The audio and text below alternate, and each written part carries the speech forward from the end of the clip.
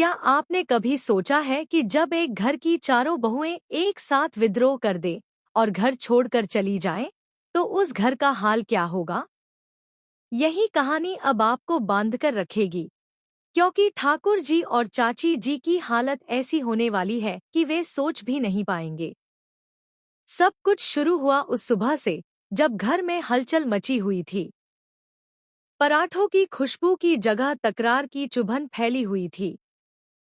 ठाकुर जी और पोल्टू ने बहुओं को ताने मार मार कर इतना अपमानित किया कि आखिरकार चारों ने घर छोड़ने का फैसला कर लिया। उन्हें यह अंदाजा नहीं था कि उनका यह कदम ठाकुर जी और चाची जी पर किस कदर भारी पड़ेगा। जैसे ही बहुएं बाहर निकली, घर की हवा ही बदल गई। पहले जो आंगन बच्चों की खिलखिलाहट और चाय की महक से गूंजता था, वहां अब सन्नाटा था। ठाकुर जी और चाची जी को लगा मानो घर से रोशनी छिन गई हो। पहले ही दिन असली मुश्किल सामने आ गई। सुबह का समय था। कोई चाय बनाने वाला नहीं, कोई नाश्ता परोसने वाला नहीं। ठाकुर जी ने चाची जी से कहा, चलो, अब हमें ही रसोई संभालनी होगी। चाची जी कांपते हाथों से रसोई में गईं।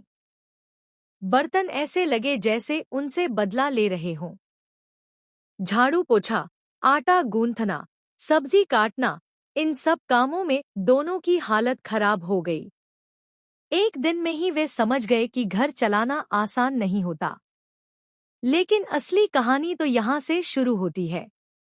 कहानी का केंद्र बनी अहाना, जिसे सब छोटी बहू के नाम से जानते थे।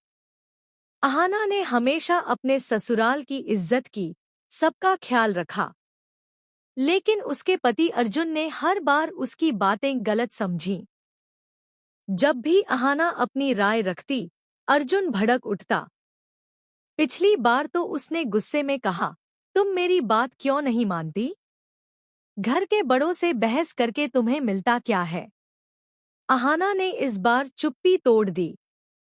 उसने दृढ़ता से जवाब दिया, अगर आइंदा तुमने मुझसे ऊंची आवाज में बात की, तो मैं खुद डिवोर्स की मांग कर लूंगी, क्योंकि मेरा आत्मसम्मान मेरे लिए सबसे बड़ा है।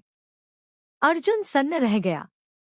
उसने पहली बार देखा कि अहाना इतनी मजबूती से उसके खिलाफ खड़ी हो सकती है।